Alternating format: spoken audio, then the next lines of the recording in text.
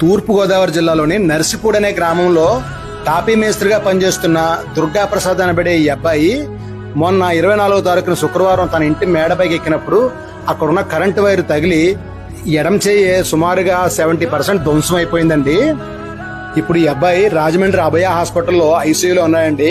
డాక్టర్లు కూడా ఈ అబ్బాయి పరిస్థితి గమనించి తన ట్రీట్మెంట్ లో రాయితీని అయితే ఇస్తున్నారండి. ఇప్పటికి ఈ అబ్బాయికి 1,50,000 ఖర్చు అయిందండి. ఇంకా 2 ఆపరేషన్లు చేయాలండి. ఎందుకంటే తను మామూలుగా తన తాపి పనికి వెళ్లాలంటే చేయి మామూలు స్థితికి రావాలి కదండి. చేయి ఒకటే కదండి, ఒళ్ళంతా పూర్తిగా గాయాలతో నిండిపోయిన ఈ అబ్బాయి తండ్రి అయితే లేడండి.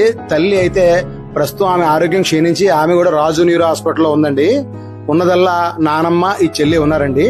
కాబట్టి దయగల వారు ఎవరైనా పైన QR కోడ్ ని స్కాన్ చేసి కానీ లేదా పైన ఫోన్ పే నెంబర్ కానీ సంప్రదించి వారికి ఎంతో కొంత సహాయం చేయండి. మీరు సహాయం చేయడమే కాకుండా ఈ వీడియోని ఒక 5గురు షేర్ చేస్తే ఇంకా ఎవరైనా సహాయం చేసే అవకాశం ఉండొచ్చు.